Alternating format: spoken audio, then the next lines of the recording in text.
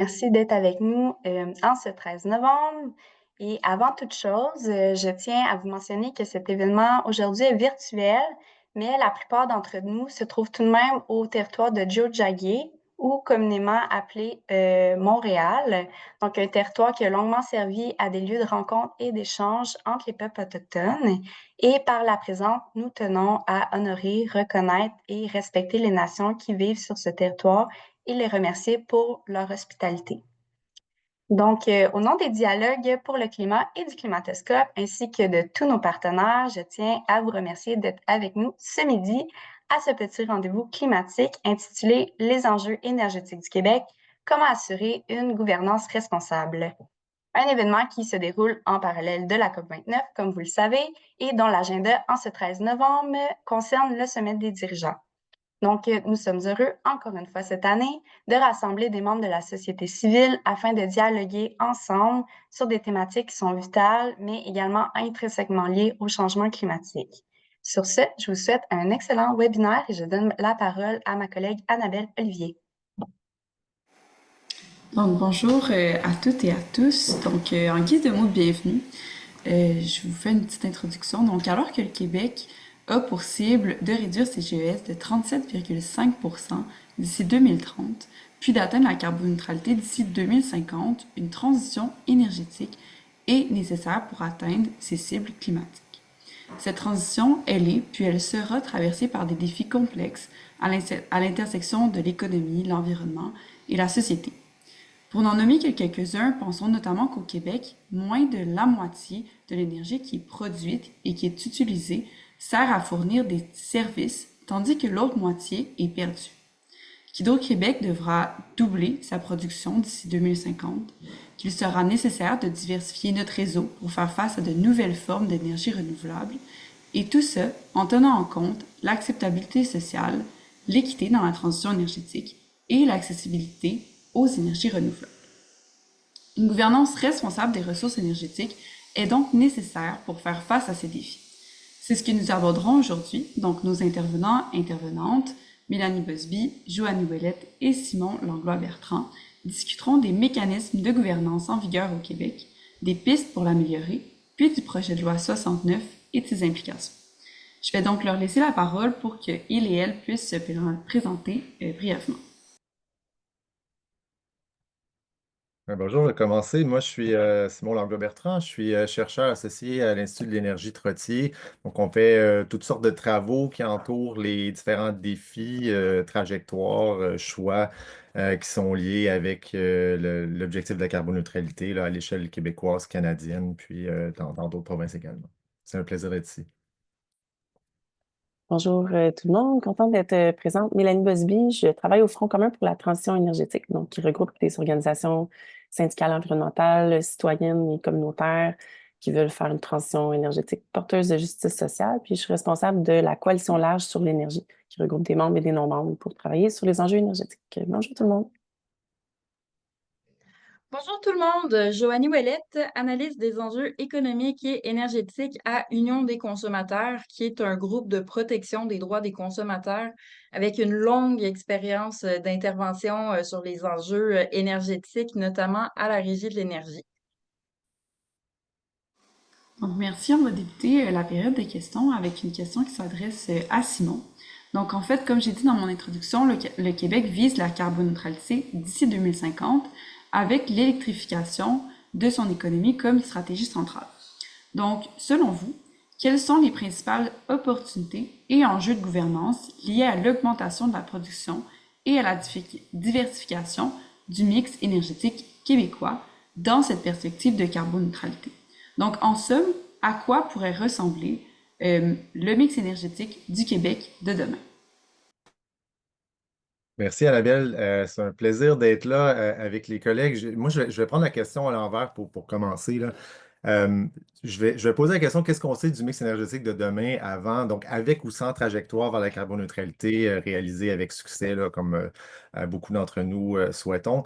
Parce qu'on en sait beaucoup, en fait, des choses sur la carboneutralité, malgré évidemment toute l'incertitude là, qu'on imagine sur les possibilités dans un horizon de temps de quelques décennies, là, évidemment. Donc, on peut, par exemple, dire des choses à haut niveau sur quelques grandes questions qu'on discute souvent, là. Un exemple, c'est évidemment l'électricité. On en parle beaucoup. Est-ce qu'il va y avoir plus d'électricité comme part du total là, des services énergétiques? Ben, ce qu'on sait, c'est que dans un futur où on resterait très loin de l'atteinte de la carboneutralité, un futur de statu quo, en guillemets, là, ben, on sait qu'il y en aurait beaucoup plus. Donc, c'est ce qu'on sait des tendances actuelles québécoises, canadiennes, mondiales, la croissance de la population, l'évolution de certaines technologies, etc. Puis dans une trajectoire qui mènerait à la carboneutralité, qu'est-ce qu'il y en est? Ben, il y a consensus à travers le monde, là, puis au niveau canadien, il y aurait énormément plus d'électricité. Ça ne veut pas dire partout, là, c'est pas une question d'imaginer un monde à 98% des services énergétiques qui seraient fournis par l'électricité, mais quand même énormément plus qu'aujourd'hui. Bon, on peut poser les mêmes questions pour les autres sources d'énergie. Donc, si ce n'est pas 98% d'électricité, puis on imagine des changements comme ça, ben, on peut poser des questions sur l'hydrogène. Donc, est-ce qu'il va y avoir plus ou moins d'hydrogène dans le futur? Ben, dans une trajectoire loin de la carboneutralité, il y en aurait probablement un peu plus largement pour des exportations. Puis dans une trajectoire carboneutre, ben, il y en aurait fort probablement beaucoup plus qu'aujourd'hui. Ça resterait une petite partie du total en passant, là, mais tout de même une bonne augmentation par rapport à aujourd'hui pour des applications très spécifiques dans certaines industries, par exemple, là, qui peuvent complémenter l'électrification. Puis là, après ça, on continue. Ben, les bioénergies, il y en aurait probablement un peu plus dans la trajectoire statu quo, mais pas mal plus dans une trajectoire de carboneutralité pour aller fournir des avantages là, en termes de décarbonation pour certains créneaux très spécifiques. Puis là, si on poursuit la liste, ben, on arriverait à des sources plus marginales aujourd'hui ou d'autres modes d'organisation des services plus sophistiqués que ce qu'on a aujourd'hui. Donc, on peut penser à, je ne sais pas, la géothermie, les réseaux de chaleur, etc. Mais c'est difficile de prévoir des grands changements là-dedans dans un monde où on resterait très loin de l'atteinte de carboneutralité. Mais c'est sûr qu'on va devoir épuiser énormément pour décarboner vers le net zéro. Donc, les enjeux de gouvernance, c'est comment est-ce qu'on peut faire des choix à travers tout ça. Donc, est-ce que ça prend un plan intégré, puis pourquoi? Donc, je vais en mentionner trois, puis mes collègues poursuivront sur d'autres enjeux, là, j'en suis sûr, là.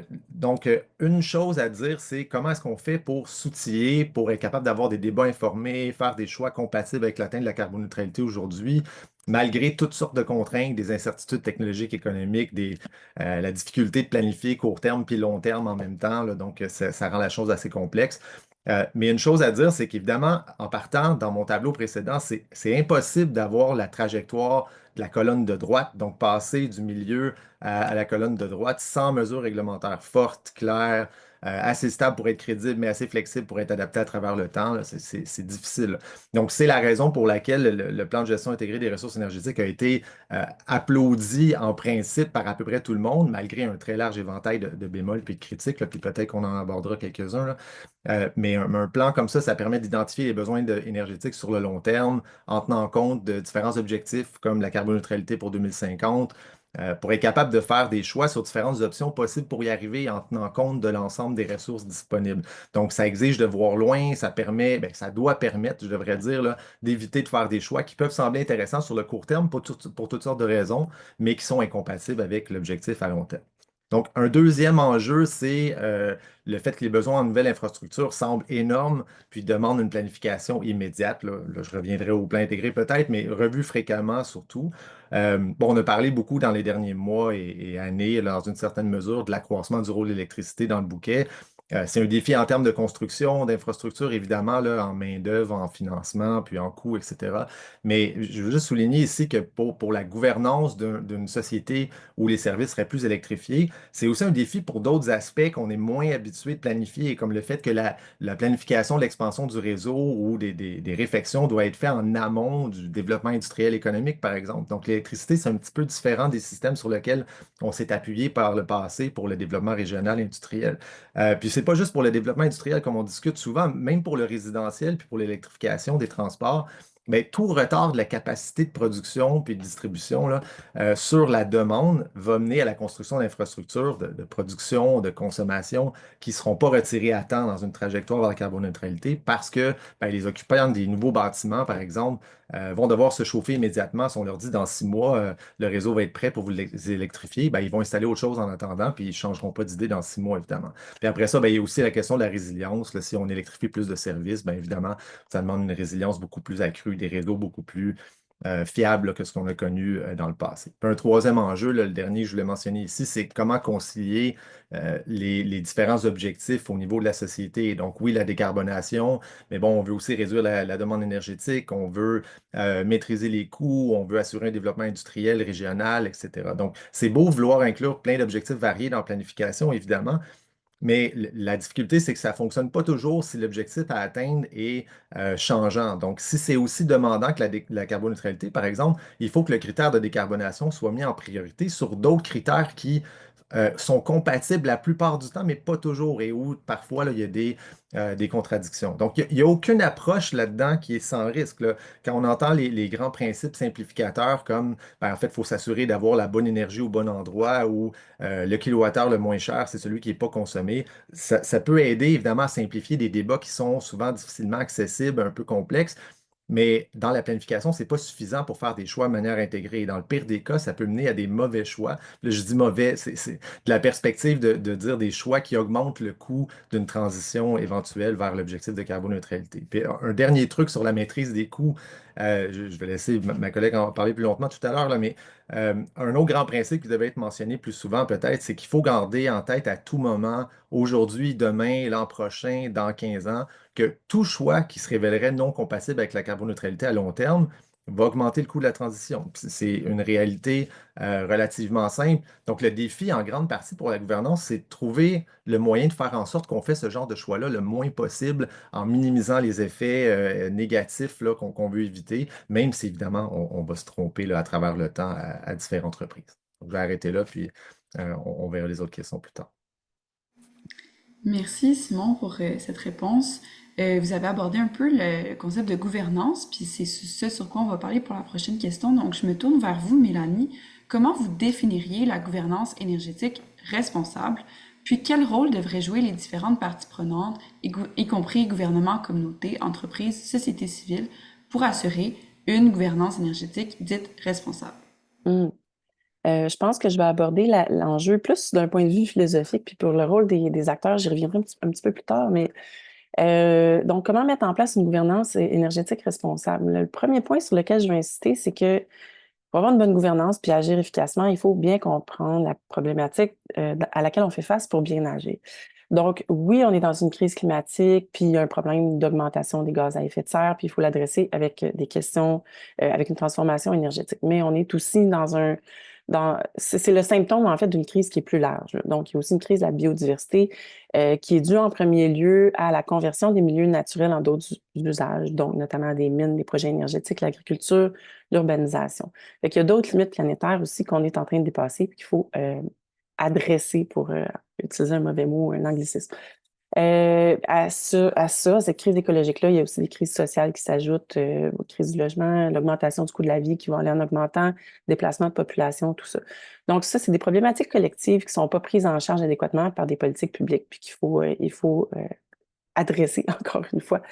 Donc, dans un contexte de polycrise, ben, il faut arrêter de nier ça, puis aborder ces enjeux-là aussi. Tout ça, ben là, c'est gros, là, c'est une grosse affaire, c'est une transition socio-écologique. C'est un problème épineux, c'est un problème systémique qui est dur à attraper là, à ce niveau-là parce que c'est multiples contributions, problèmes complexes, multiplicité des causes. Il n'y a pas de solution unique, il n'y a pas de solution vraie ou fausse. Fait que là, ben, c'est sûr que ça peut amener un sentiment de panique de Ah, qu'est-ce qu'on fait? Il faut changer le système au complet.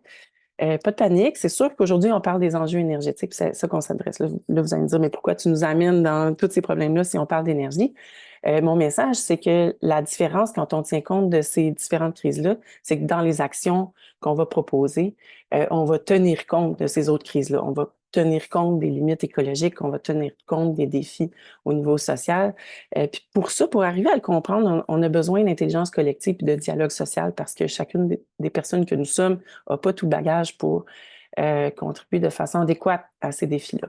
Fait que je donne des exemples. Par exemple, pour la crise de la biodiversité, ce qu'on sait, c'est que plus on va produire d'énergie renouvelable, donc oui, il en faut, mais plus on va en produire, plus ça va avoir un impact sur le territoire. Les projets énergétiques ont un impact sur le territoire. Tu sais, un barrage, ça détruit un écosystème. Les éoliennes, il y a des routes.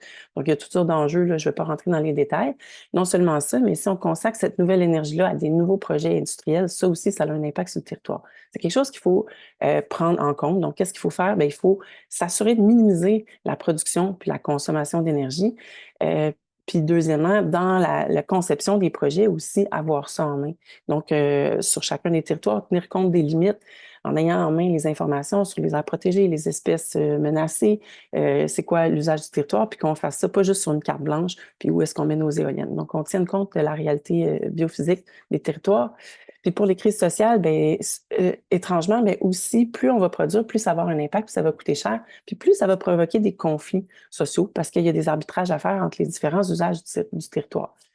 Puis, ben, Joanie, je suis certaine qu'elle va en parler, ben, plus on va produire, plus ça va coûter cher, donc plus ça va avoir un impact, puis notamment sur des ménages défavorisés. Donc, qu'est-ce qu'on fait avec ça? Ben, c'est que dans les solutions, il va falloir qu'on réduise les inégalités ou à tout le moins qu'on les aggrave pas. Puis ça, via notamment la question des tarifs, ça va être important à prendre compte. C'est vraiment des choses qui doivent être au centre. Puis j'aimerais rajouter aussi que même pour la crise climatique, augmenter la production d'énergie renouvelable, c'est certain que ça peut nous aider, mais c'est insuffisant. Il va falloir aussi qu'on consacre cette énergie-là à la décarbonation, ce qui n'est pas toujours clair présentement. Donc, on s'assure de consacrer ça à l'économie existante plutôt qu'à de nouvelles industries, puis comme je disais, qui ajoutent de l'impact sur le territoire. Donc, puis ça, il faut le faire. Il faut planifier une diminution de consommation des énergies fossiles, comme Simon l'a dit, avec la réglementation des politiques publiques. Fait que je m'arrêterai là pour le moment, puis peut-être pour les acteurs, j'y reviendrai quand on parlera d'équité un peu pour distribuer les rôles. Je ne sais pas si j'ai pris mon temps. C'est parfait, oui, merci Mélanie. Je vais me tourner maintenant vers Joanie pour parler du projet de loi 69, en fait, qui s'intitule Loi assurant la gouvernance responsable des ressources énergétiques et modifiant diverses dispositions législatives. Donc, en fait, il propose de nouvelles orientations concernant le développement des ressources énergétiques au Québec, puis la gestion d'Hydro-Québec notamment. Par contre, c'est un projet de loi qui suscite quand même de nombreux débats. Puis, j'aurais une question en 3 temps pour toi. Donc, pour commencer, est-ce que vous pourriez nous présenter les principaux changements que le projet de loi 69 propose en matière de gouvernance énergétique au Québec? Ensuite, quelle dimension sociale vous semble essentielle à prendre en compte dans cette gouvernance? Et finalement, dans quelle mesure ce projet de loi pourrait-il les soutenir ou, selon vous, nécessiter des ajustements? Ben, c'est une excellente question qui est très large. Je vais commencer par répondre à la première question, puis les deux dernières, je vais y répondre conjointement, en fait. Donc, le projet de loi 69 a été qualifié de projet mammouth. Il modifie une quinzaine de lois, plusieurs règlements aussi, donc je ne vais pas pouvoir revenir sur chaque changement, mais j'en ai identifié 3 majeurs qui pourraient intéresser, je pense, les gens qui nous écoutent présentement. Donc, le premier grand changement, la grande tendance qu'on peut observer, c'est la centralisation accrue du pouvoir gouvernemental. Donc, le projet de loi renforce le rôle de la ministre de l'Économie, de l'Innovation et de l'Énergie dans la gouvernance énergétique, ce qui vient repolitiser des enjeux qui avaient été dépolitisés, notamment via la Régie de l'énergie. Donc, par exemple, c'est la ministre qui aura le pouvoir ou la responsabilité plutôt d'élaborer et de mettre en œuvre la planification intégrée des ressources énergétiques. Ils vont faire affaire avec une firme, bien sûr, mais ça reste que ce grand dossier-là, auquel, en fait, ce plan-là, auquel vont être assujettis tous les distributeurs d'énergie du Québec, euh, il va être sous la responsabilité du ministère de l'Économie. Donc, en raison de l'arbitrage entre les intérêts économiques, sociaux et environnementaux qui vont devoir être faits, plusieurs personnes ont souligné qu'il aurait été préférable que ce rôle soit laissé à une instance indépendante. Le gouvernement va également pouvoir intervenir directement dans les dossiers étudiés par la Régie de l'énergie et va pouvoir soumettre plus facilement ses préoccupations à la Régie de l'énergie. Puis enfin, il y a réduction du nombre de membres sur le conseil d'administration d'Hydro-Québec, tout en y ajoutant le sous-ministre de l'Économie, de l'Innovation et de l'Énergie. Donc, vraiment, plus grand rôle du gouvernement dans la gouvernance du secteur, sans contredit. Un deuxième grand changement qu'on peut constater, c'est l'adaptation aux besoins du marché. Donc, on va adapter le secteur de l'énergie aux besoins du marché au détriment souvent des processus de régulation. Donc, le projet de loi favorise une gestion axée sur la rapidité du développement des projets, souvent en réduisant les processus de régulation. Donc, par exemple, Hydro-Québec va être autorisé à conclure des contrats sans passer par un processus d'appel d'offres, ce qui réduit la transparence, mais aussi les mécanismes de contrôle. Donc, par exemple, d'un point de vue de protection des consommateurs, nous, ça va être beaucoup plus difficile d'assurer que Hydro-Québec a pris les meilleures décisions, des décisions avec le moins de conséquences sur les coûts, mais ça pourrait être sur d'autres aspects également, hein. Et enfin, troisième grande modification, ben, c'est l'ouverture accrue à la privatisation du secteur de l'électricité. Donc, la privatisation du secteur de l'électricité, elle n'est pas nouvelle au Québec. Il y a déjà des producteurs privés d'électricité, il y en a toujours eu, hein. Mais ce qu'on voit, c'est qu'il y a plusieurs articles du projet de loi qui vont accélérer la présence d'acteurs privés au sein du secteur d'électricité québécois, hein. Il y a des mesures qui vont notamment faciliter la cession d'actifs de production d'Hydro-Québec et le développement de la production privée. Le gouvernement va aussi pouvoir définir les cas où est-ce qu'un titulaire d'un droit n'a pas besoin d'une autorisation pour distribuer de l'électricité, hein, ce qui peut compromettre le monopole de distribution d'Hydro-Québec. Puis, c'est pas nécessairement amené par le projet de loi 69, mais il y a aussi de plus en plus de partenariats publics-privés. Je pense que mes collègues vont en parler plus tard, donc je vais pas entrer davantage dans ça, mais ce qu'on peut constater, c'est qu'on introduit des partenariats, notamment dans le financement, hein, ce qui fait en sorte que si on double la production d'Hydro-Québec, ce qui est prévu, avec un rôle prépondérant du capital privé, ben, on accroît considérablement l'influence du secteur privé dans l'électricité québécoise et on privatise une part importante des bénéfices. Donc, pour les dimensions sociales, il y en a deux que je considère majeures. Donc, le premier, c'est le financement équitable de la transition énergétique. Donc, en fait, c'est complètement absent du projet de loi, cet enjeu social-là. Si rien ne change, une partie majeure de la transition énergétique va être financée via les tarifs d'électricité, hein, ce qui pourra avoir des impacts sociaux majeurs sur les ménages. Donc, on transforme un peu indirectement à travers ce projet de loi-là, mais aussi ce qu'il n'adresse pas, le statut de l'électricité de service essentiel à un simple bien de consommation. Donc, notamment, on compromet l'interfinancement, hein, qui était un mécanisme établi depuis 1962 qui permet de favoriser l'abordabilité et l'accessibilité des services d'électricité.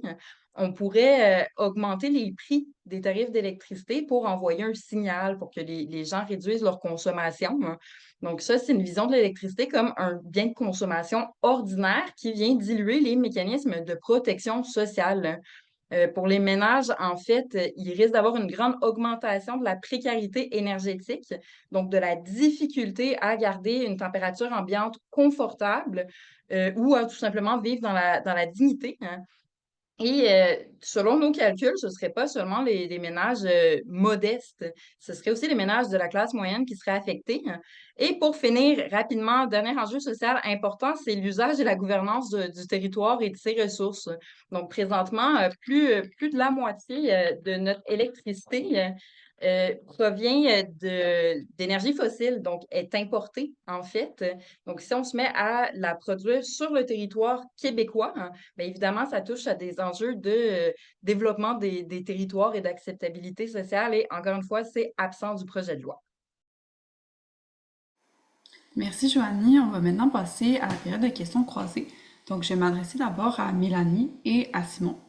Puis, je vous demande, en fait, selon vous, comment est-ce qu'on peut concilier le développement rapide de nouvelles infrastructures énergétiques avec la protection des consommateurs et la maîtrise des coûts.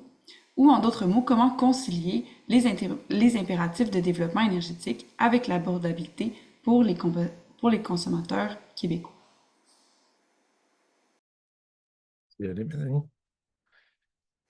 J'ai- Je suis j'ai- pas sûre que c'était moi dans cette C'était question-là. pour Joanie et Simon, oui, Oui. pardon, j'ai fait une erreur. Je t'inquiète tout à coup. Ben, ça ne me dérange pas de commencer, là, Joanie, pour y aller après, si ça ne vous dérange pas. Ben, je pense un élément de réponse simple, puis là, je vais faire un lien direct avec les choses que Joanie a mentionnées en fin de son intervention précédente, là. Euh, ben, d'abord, il y a un besoin d'une emphase peut-être sur la productivité là, à court terme. Il faut maîtriser les coûts rapidement si on est pour se mettre à construire des choses. Après ça, on parlera de la portée, puis quelle quantité, puis etc. là. Mais les bénéfices d'une approche qui avantagerait ou qui augmenterait énormément la productivité, irait bien au-delà du contrôle des coûts des infrastructures énergétiques parce que souvent, c'est des enjeux qui touchent la construction de tout, là. Donc, la réfection des autoroutes, des ponts, les hôpitaux, les écoles, etc. Parce qu'en passant, la croissance de la population, ça ne fait pas juste une pression sur à la hausse, pardon, là, sur la demande en énergie, là. C'est pour tous les autres services aussi. Donc, tu sais, après ça, une étape à réfléchir peut-être, c'est de s'assurer, puis là, encore là, du point de vue de la gouvernance, s'assurer de créer les conditions structurelles pour faciliter les choix de sobriété. Donc, Mélanie a touché un peu tantôt, donc comment faire pour minimiser, autrement dit, les augmentations là, de tout ce dont on parle. Ben, tu sais, quand on analyse la façon de décarboner un service, par exemple le transport de passagers, là, on dit, ben, il faut qu'il y ait moins d'auto. OK, parfait. Donc là, après ça, on dit on va mettre en place des incitatifs, carottes, bâtons. On peut en mettre en place autant qu'on veut. Les gens vont devoir se déplacer. Donc la question, c'est évidemment comment on met en place des conditions qui facilitent le changement structurel. C'est-à-dire, on voudrait qu'il y ait des choix différents qui soient faits. Mais bon, si je n'ai pas accès à un transport en commun efficace, abordable, si je ne peux pas faire de travail à la maison, si j'habite dans une région où les distances sont plus grandes puis que j'ai pas les moyens de me payer un logement près de mon lieu de travail, je ne sais pas, moi, si l'aménagement urbain autour de ma résidence me demande de faire minimum 3 à 5 km à tous les 2 jours pour faire des emplettes, mais on peut bien me donner tous les incitatifs fiscaux qu'on veut, je vais être pris. Puis en passant, je serais aussi prisonnier de la fluctuation des prix de l'essence. Il faut quand même le rappeler, on ne va pas inventer des contraintes de toutes pièces, mais on va en remplacer par contre. Donc on suppose évidemment que créer tout ça, pour permettre des choix qu'on désire, qu'on voit comme plus désirables, on va dire, ça engendre des coûts additionnels, au moins pour la période de transformation. Donc, qu'est-ce qu'on fait? Ben là, déjà, ça a été touché. Donc, peut-être d'abord et avant tout, se poser la question de comment toucher aux ménages à faible revenu qui ont souvent aucun de ces choix-là et donc peuvent pas réduire leur consommation énergétique aussi facilement que d'autres groupes de la société. Après ça, on peut parler en termes des gens qui sont locataires, puis l'impact sur les prix du logement, de rénovation des bâtiments, par exemple, pour les rendre plus efficaces d'un point de vue énergétique. Donc, il y a un bénéfice à court, moyen terme sur l'économie en énergie, mais bon, dans l'immédiat, ça peut être une augmentation. Donc, tu sais, puis Mélanie touchait tantôt à la question de voir les autres crises autour aussi, puis je trouve que c'est super important. Puis une qui me vient en tête dans ce cas-ci, c'est, bon, quand on parle de la crise du logement, tu sais, c'est pas quelque chose qu'on va résoudre en 3, 6 mois. Donc, il faut construire. Donc, peut-être qu'à court terme, pour la gouvernance, ben, des mesures qui forcent des nouveaux bâtiments qui seraient énormément plus efficaces d'un point de vue énergétique sans hausser les coûts de construction de façon substantielle, ben, ça permet de tempérer de beaucoup la hausse de la consommation énergétique qui est due à la croissance de la population puis du parc immobilier résidentiel. Beaucoup plus que de dire aux gens, baissez votre chauffage la nuit. Puis, en passant, tu sais, dans ces exemples-là, si je me trompe dans les ordres de grandeur, ben, je reviendrai à mon point de tantôt, c'est-à-dire au pégir de le démontrer. Donc, avec un plan qui permettrait d'avoir l'information sur ces choix-là, on en saurait un peu plus là, que ce qu'on en sait aujourd'hui, autrement dit. Je vais arrêter là, pour laisser Joanie commencer aussi. Oui, ben, je suis entièrement d'accord avec ce que M. Langlois-Bertrand vient de présenter. Donc, pour moi, l'élément de base pour concilier les besoins sociaux et le développement de la production, c'est de suivre finalement l'ordre de priorité qui a été mis de l'avant par le gouvernement lui-même dans la mise à jour de son plan pour une économie verte, c'est-à-dire de viser en priorité les mesures de sobriété énergétique, donc réduire les besoins collectifs en énergie par une restructuration des infrastructures, des normes sociales, par de nouvelles réglementations. D'ensuite, viser à développer l'efficacité énergétique, donc être capable de fournir un même service, mais en consommant moins d'énergie. Et en dernier lieu seulement, le développement de la production d'énergie verte. Donc, en fait, avec la réduction de la demande énergétique qui serait liée à la sobriété et à l'efficacité énergétique, ben, on pourrait avoir de la capacité d'électricité de dégager pour des utilisations de décarbonation. Hein. Donc, ça, c'est sûr que si on mise d'abord sur des processus de gestion de la demande, de réduction de la demande, c'est une approche gagnante-gagnante. Donc, en fait, on réduit les coûts pour l'État et pour Hydro-Québec de la transition énergétique et en même temps, bien, on offre des nouveaux services aux ménages. Si on développe les transports collectifs, on réduit la facture énergétique des ménages. Donc, c'est vraiment une manière efficace de concilier. Mais ce qui est sûr, c'est qu'il va falloir également revoir le processus de détermination des tarifs d'électricité. Donc, comment est-ce qu'on se partage la production existante, les grands ouvrages qui produisent à très faible coût? Comment est-ce qu'on répartit cette électricité-là? Donc, d'après moi, une partie de la solution va passer par le fait de faire payer au coût actuel de production toutes les nouvelles grandes industries qui consomment plus que 5 mégawatts. Donc, il y aurait d'autres solutions à mettre en place, mais je vais m'en tenir à ça. Merci à vous deux. Je vais me tourner cette fois-ci pour de vrai vers Mélanie et Joanie pour la prochaine question. Donc, selon vous, comment le Québec peut-il intégrer des principes d'équité sociale et de justice climatique dans la gouvernance énergétique pour que tous les citoyens et citoyennes bénéficient des retombées de la transition énergétique? Donc, quel type de mécanisme de politique devrait être priorisé?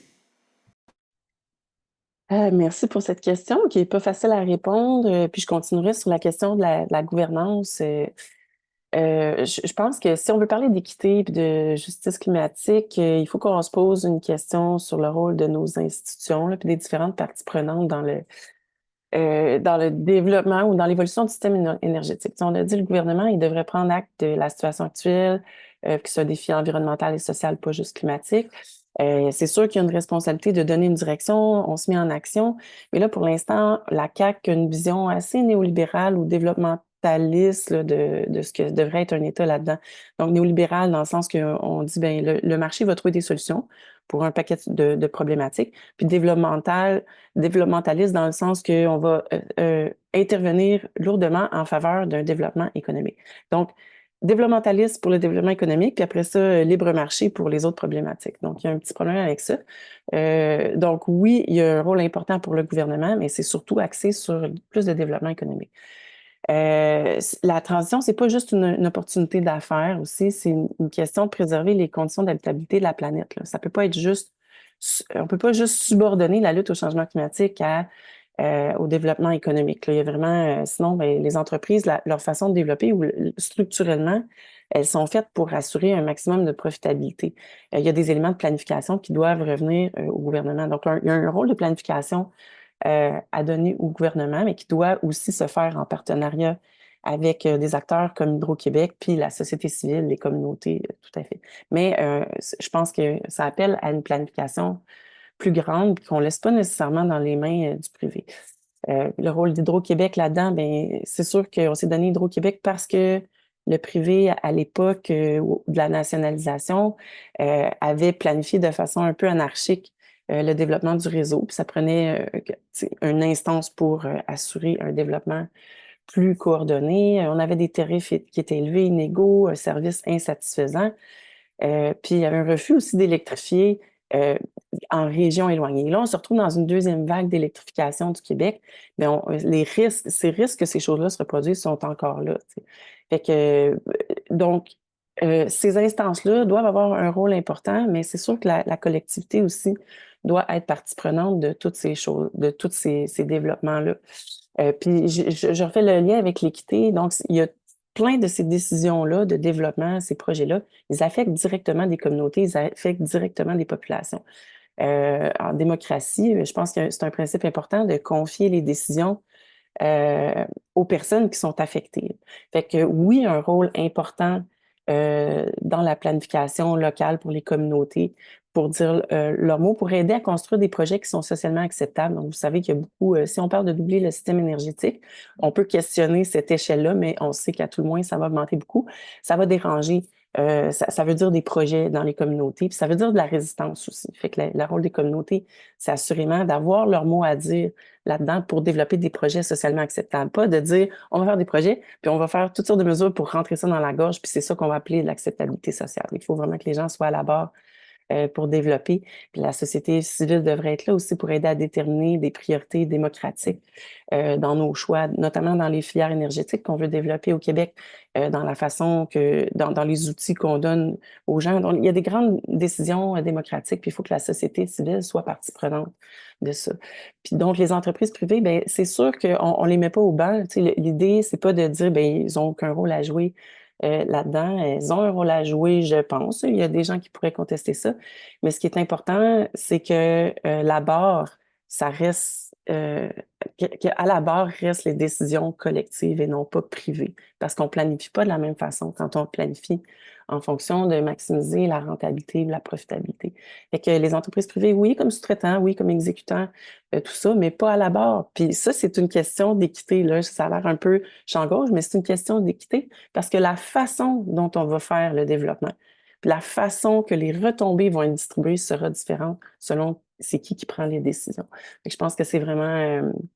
puis pour l'instant, ben, on a des inquiétudes par rapport à ça parce que dans le projet de loi qui est proposé, le projet de loi en énergie, le PS 69, bien ça, cette participation-là du privé n'est pas très bien balisée. Il y a beaucoup de portes ouvertes pour cette participation-là, puis ça nous semble inquiétant, notamment pour des questions d'équité.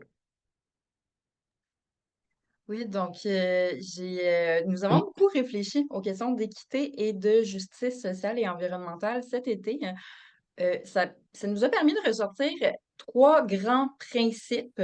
Il y en a sûrement d'autres pour pouvoir respecter ces valeurs-là. Il y en a sûrement d'autres, mais il y en a trois que, personnellement, je trouve fondamentaux à respecter. Donc, premier principe, c'est vraiment, il faut éviter l'inaction climatique qui est source d'injustice. Donc, l'inaction face au changement climatique, c'est le pire scénario, en fait, pour les populations marginalisées parce que c'est celles qui vont subir de manière disproportionnée les impacts des bouleversements climatiques. Le deuxième principe, c'est qu'il faut répartir les efforts de manière équitable, donc selon les responsabilités et les capacités de chacun. Donc, les politiques de transition énergétique doivent cibler prioritairement les grands contributeurs à la dégradation de l'environnement et tenir compte des inégalités existantes pour ne pas les reproduire ou les aggraver. Les groupes qui ont une plus grande responsabilité dans les émissions de GES, qui sont souvent plus aisés, devraient assumer une part plus importante du financement et des efforts liés à la transition énergétique. Puis à l'inverse, les ménages à faible revenu ont déjà une empreinte carbone réduite et une consommation déjà plus sobre, fondée principalement sur les besoins essentiels. Donc, ils ont peu de marge de manœuvre pour réduire leur consommation énergétique, par exemple. Si on vient les pénaliser, par exemple avec des hausses de tarifs d'électricité, ben, en fait, on risque d'aggraver leur précarité et donc la transition énergétique viendrait accentuer les inégalités sociales. Troisième principe fondamental, il faut assurer une répartition équitable des bénéfices de la transition énergétique. Donc, tous les ménages devraient avoir accès aux bienfaits des mesures de transition énergétique, ce qui nécessite parfois de revoir notre approche actuelle. Donc, par exemple, peut-être que ça aurait été plus équitable de financer massivement les transports collectifs que d'octroyer des subventions assez généreuses pour les véhicules électriques. Même chose pour les subventions pour les thermopompes. Donc, peut-être réduire le montant des subventions pour les ménages aisés, mais rendre gratuites des thermopompes pour des ménages en situation de précarité. Mais en fait, quand on tient compte de ces trois grands principes-là, il y a une série de mesures qu'on peut mettre en place. Donc, notamment, rendre les transports collectifs plus accessibles, plus abordables. Améliorer l'enveloppe thermique des logements sociaux et locatifs, donc mesures d'efficacité énergétique. Respecter le consentement préalable des communautés autochtones pour tout projet de développement énergétique, c'est un pilier d'une justice sociale. Instaurer des taxes et des malus ciblés, donc VUS, voyage en avion, spa, et avec ces taxes et malus-là, ben, les revenus peuvent alimenter un fonds dédié au soutien aux ménages à faible revenu pour, par exemple, financer des rénovations énergétiques ou des équipements énergétiques. Les nouvelles industries, comme je mentionnais aussi, qui ont une forte consommation d'énergie, ben, devraient payer un coût qui correspond euh, à celui des nouvelles sources d'énergie requises pour les desservir, pour pas alourdir la facture d'électricité des ménages. Donc là, on voit qu'une approche équitable doit faire contribuer plus grandement l'industrie et non les ménages pour combler les besoins économiques de la décarbonation de l'industrie. Et enfin, dernier grand principe de base à mettre en place en termes de mesures, ben, c'est de faire payer la transition principalement par les consommateurs d'énergie fossile et non ceux d'électricité comme c'est le cas actuellement. Donc, on pourrait, par exemple, accroître substantiellement le prix des crédits carbone pour inciter à réduire les émissions, mais tout en instaurant des mesures strictes, notamment un réel plafond sectoriel, pour éviter que les grandes entreprises puissent simplement s'acheter un droit de polluer. Puis encore une fois, on peut utiliser cet argent supplémentaire-là pour financer, ben, par exemple, le coûteux développement des nouvelles sources publiques de production d'électricité. Merci. On va plonger dans en fait la question des partenariats entre le secteur public, le secteur privé, puis les communautés. Mélanie, vous l'avez un peu abordé dans votre réponse à la question précédente. Si vous voulez ajouter quoi que ce soit, allez-y. Sinon, je me tourne vers Simon. Puis, est-ce que vous avez des exemples aussi de collaborations qui ont bien réussi entre ces trois secteurs-là, puis qui pourraient servir de modèle? Ben, tu sais, je veux peut-être développer un peu sur nos inquiétudes sur la place du privé, là. Ce qu'on voit, Fitzgibbon, qui est responsable de l'élaboration du projet de loi 69, l'a clairement dit. Il y avait un penchant pour le secteur privé. Fait qu'il y a plusieurs mesures, plusieurs articles dans le projet de loi 69 qui sont inquiétants. Donc, on se met à autoriser la vente directe d'électricité entre des producteurs et des consommateurs privés. Donc, pour l'instant, c'est juste adjacent, mais ça, d'habitude, c'est une première étape pour aller plus loin par la suite, pour développer des partenariats entre des entreprises privées en contournant le monopole d'Hydro-Québec. On ouvre la porte à la vente de barrages de 100 mégawatts, mais on dit aussi, en fait, on autorise la vente des infrastructures d'Hydro-Québec. L'article 115, c'est ça qui dit 115. Hydro-Québec peut vendre ses infrastructures. L'article 116, il dit, ben, tu peux vendre des barrages de 100 mégawatts, mais il dit, tu peux vendre n'importe quelle autre infrastructure à condition que ce soit en partenariat avec des communautés locales, des communautés autochtones et Hydro-Québec. Mais ça laisse la place au privé dans la vente des infrastructures existantes. Donc, on voit la trace d'une porte ouverte pour la place du privé.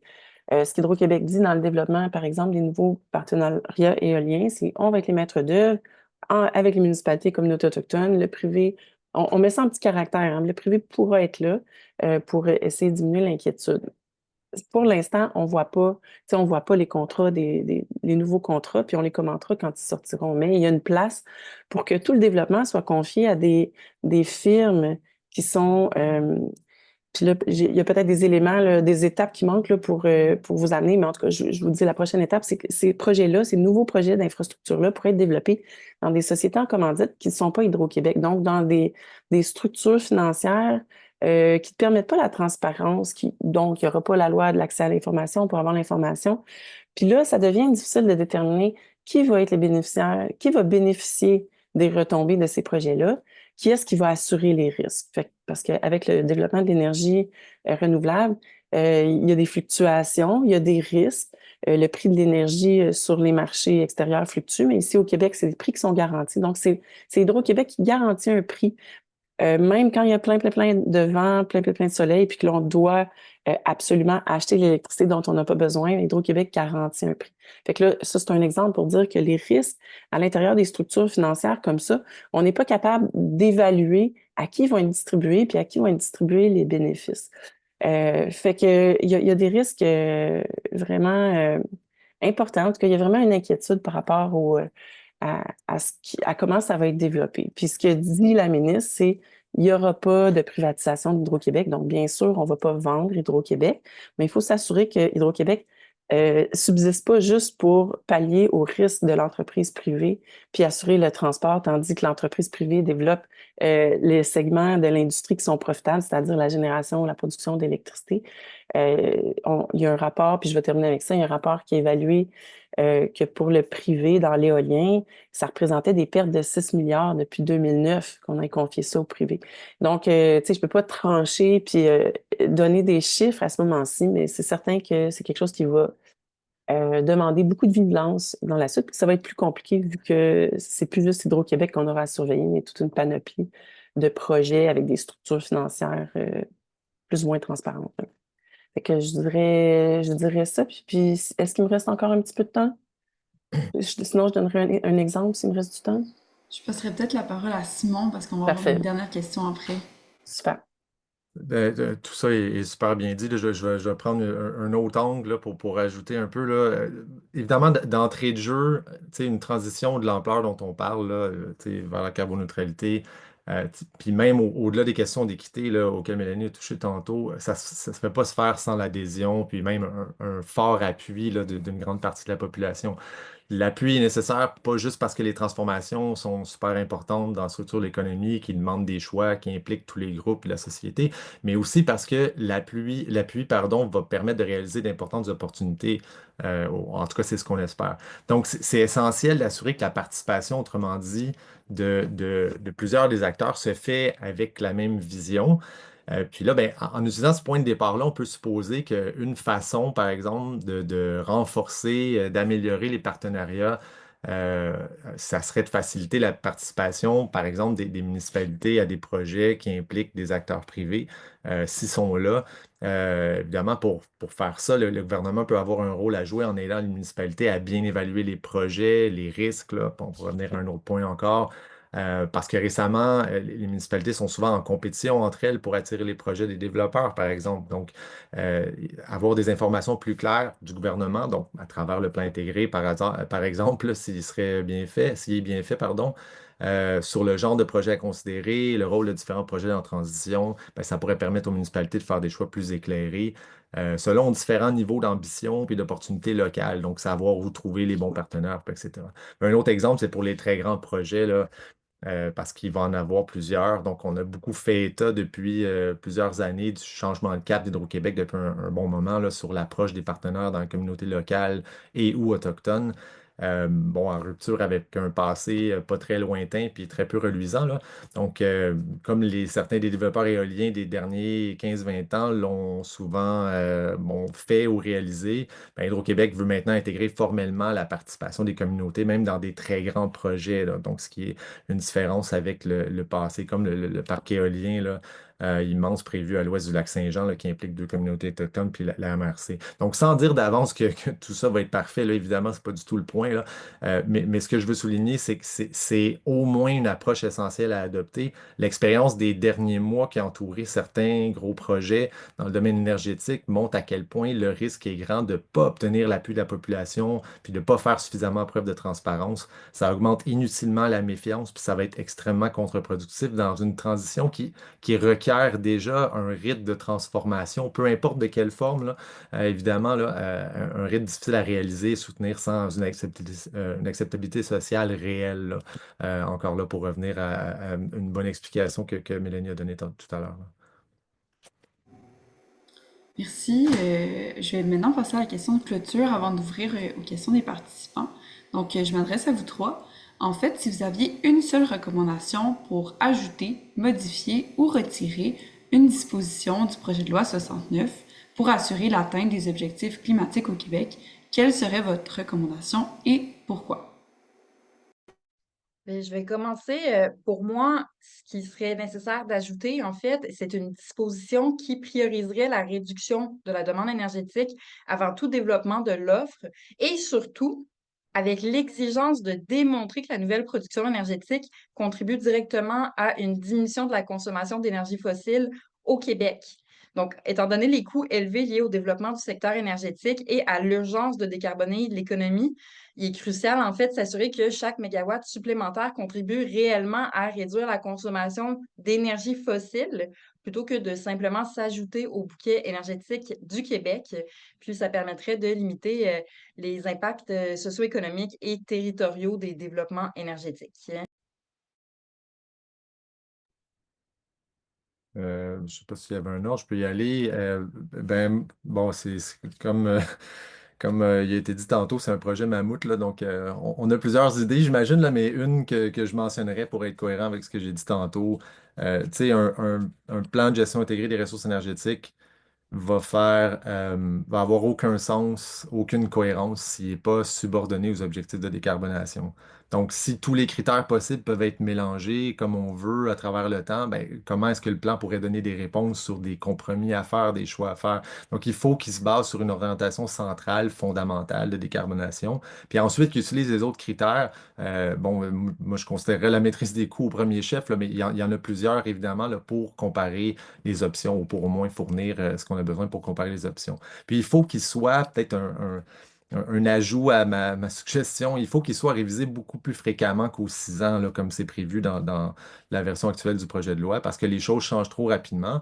Donc, si on le fait bien, le plan, il va garder une certaine agilité, une certaine flexibilité dans son processus de mise à jour avec des mécanismes clairs, transparents, etc. Mais il faut aussi qu'il soit mis à jour. C'est pas, c'est très simple à montrer, là. Même juste parce que les coûts réalisés, par exemple, vont peut-être être très différents de ceux prévus. Donc, on se met à construire un truc qu'on a choisi avec la bonne information. Puis là, finalement, bon, on se rend compte, ça arrive hein, quand on construit des choses que ça coûte plus cher finalement.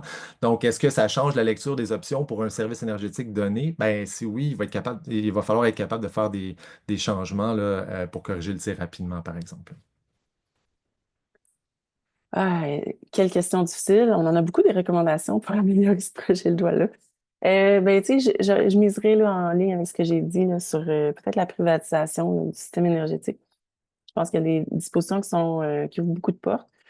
Si on veut s'assurer que les retombées de la production énergétique viennent à la population québécoise, puis qu'elle soit pas capturée par des investisseurs, si on veut pas que ça se retrouve dans des paradis fiscaux. Là, il y a des articles qui sortent là, récemment sur certaines entreprises que je n'aimerais pas ici, mais où donc c'est des structures opaques avec une redistribution. C'est un peu une pompe à fric vers le haut, hein, vers des investisseurs qui sont déjà très fortunés, avec un petit passage par les paradis fiscaux. Je pense que c'est important si on veut avoir encore le contrôle des choix qu'on fait sur notre territoire, si on veut avoir les retombées de cette production-là.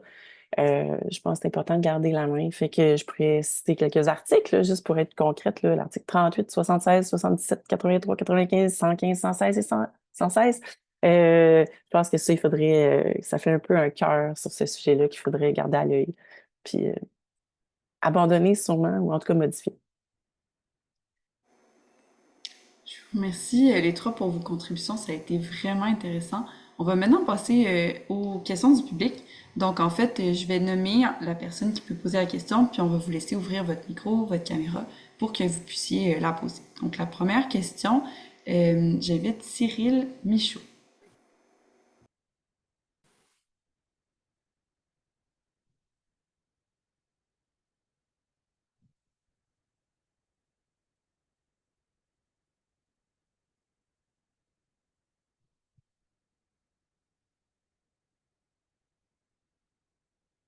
Allô?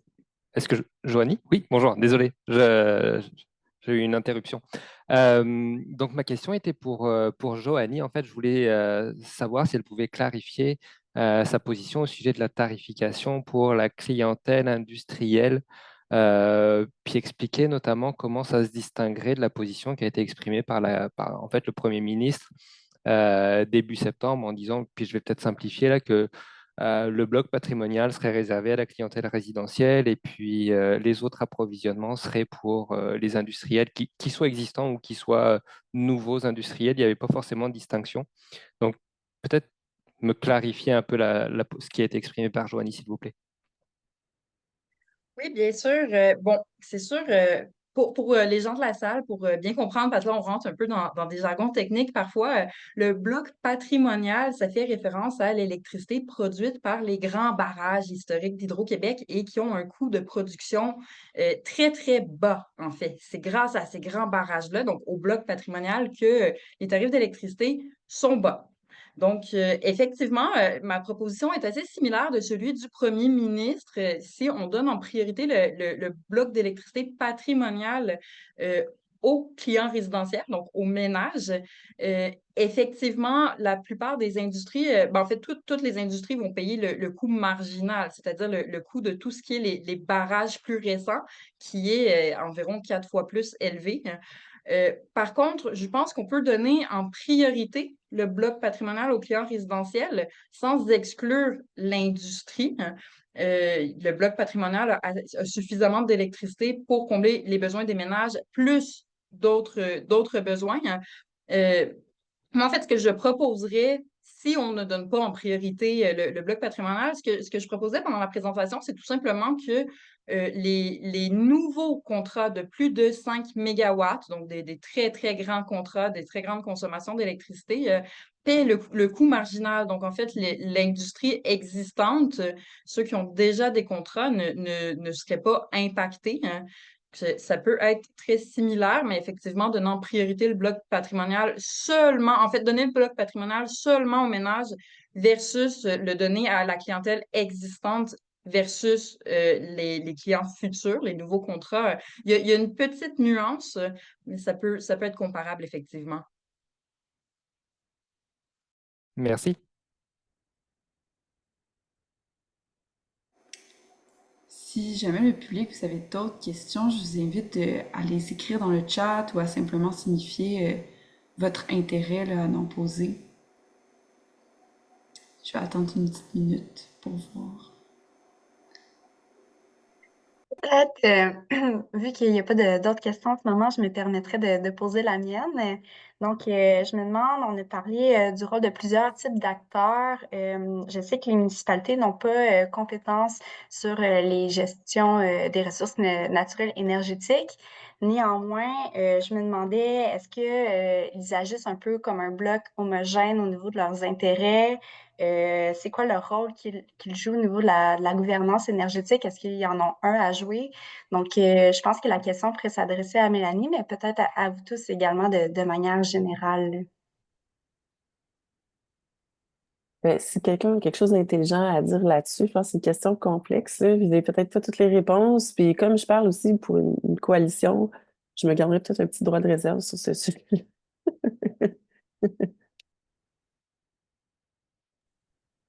Ben, écoute, je peux peut-être me lancer, juste dire quelques petits trucs. C'est c'est toujours le genre de réponse que je vais commencer par c'est compliqué. Puis là, donner quelques éléments, mais en tout cas pour aborder tes questions. Tu sais, déjà, il y a différents regroupements pour les municipalités, donc ça suggère des désaccords sur toutes sortes de choses. Évidemment, c'est pas tout à propos des enjeux climatiques ou peu importe, là. Mais pour la gouvernance énergétique, effectivement, la capacité des municipalités à tu sais, orienter des choix faits sur son territoire est relativement restreinte. Donc, souvent, on va en parler pour des réglementations qui doivent quand même s'arrimer avec des politiques au niveau provincial. Mais on l'a vu dans les derniers mois, et je dirais les derniers 2 ans ou à peu près, là, avec toute la question sur, bon, est-ce qu'on doit bannir ou non le gaz naturel des bâtiments, puis là, des municipalités, Montréal entre autres, qui se sont lancées en disant oui, oui, oui, nous on veut faire ça. Quelques autres municipalités qui étaient, bon, qui semblaient vouloir se joindre aussi, mais là, bon, le gouvernement a mis un assez sérieux frein là, pour justement reprendre le contrôle de la discussion. Mais ce qu'on a vu de plus intéressant, là, au-delà des résultats exacts des nouvelles politiques en place, c'est le fait que les municipalités ne sont pas tous en accord, puis semblent pas tous être en accord avec le leadership des associations non plus. Donc, bon, à l'UMQ, par exemple, bon, c'est pas tous les membres qui ont la même position sur cette question-là. Donc, peut-être ça complique les choses. J'imagine, puis je ne suis pas un expert du monde municipal, mais j'imagine que les gens qui s'y connaissent plus me répondraient qu'il y a toujours eu plein de désaccords à l'UMQ ou dans les autres fédérations. Évidemment, c'est la nature des associations. Mais bref, pour les questions énergétiques, on ne peut pas avoir une réponse unique là, pour ça. Donc, peut-être faciliter la participation. Ça demande peut-être d'aller identifier là, c'est quoi quels sont les manques, là. J'ai fait des petites suggestions tantôt pour l'information, mais j'étais à très haut niveau, là. Je suis certain qu'il y aurait moyen d'être encore plus précis, là. J'ai pas grand-chose à ajouter personnellement, mais peut-être seulement c'est ça, pas juste penser au développement éolien quand on pense à énergie et municipalité, là. Je pense que M. Langlois-Bertrand a bien fait de préciser aussi tout ce qui est objectif pour décarboner, pour sortir du gaz naturel, mais aussi, je sais qu'il y a des municipalités qui ont tenté de développer la géothermie à partir de sources de chaleur existantes et qu'il y a malheureusement des grandes barrières pour ça. Donc, ça va être des questionnements aussi à avoir de ce côté-là. Merci vraiment pour vos réponses. Je viens de voir on va ouvrir pour une dernière question du public, donc de la part de Kwame de Gaulle.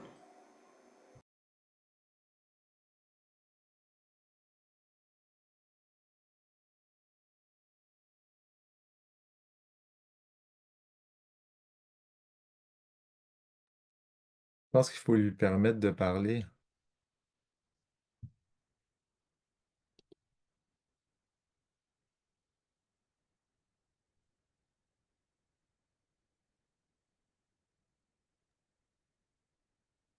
Bon, normalement, Monsieur Kouame devrait pouvoir poser sa question. Peut-être il a des problèmes de connexion parce que je crois que je ne le vois plus connecté.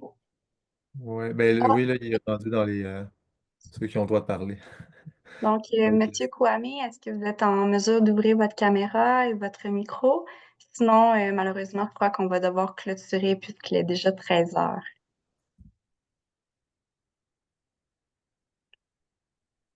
Ce sera peut-être pour une prochaine fois dans ce cas-ci. Donc, je te laisse, Annabelle, le mot de la fin. Oui, donc ben, je voulais remercier nos trois intervenants et intervenantes, Simon, Joanie, Mélanie, pour vos contributions. La transition énergétique va être une question clé des prochaines années, tout comme l'action climatique puis la décarbonation de notre économie.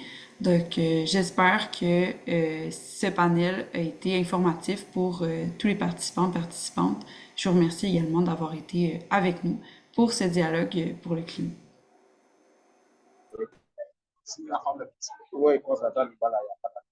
Allô?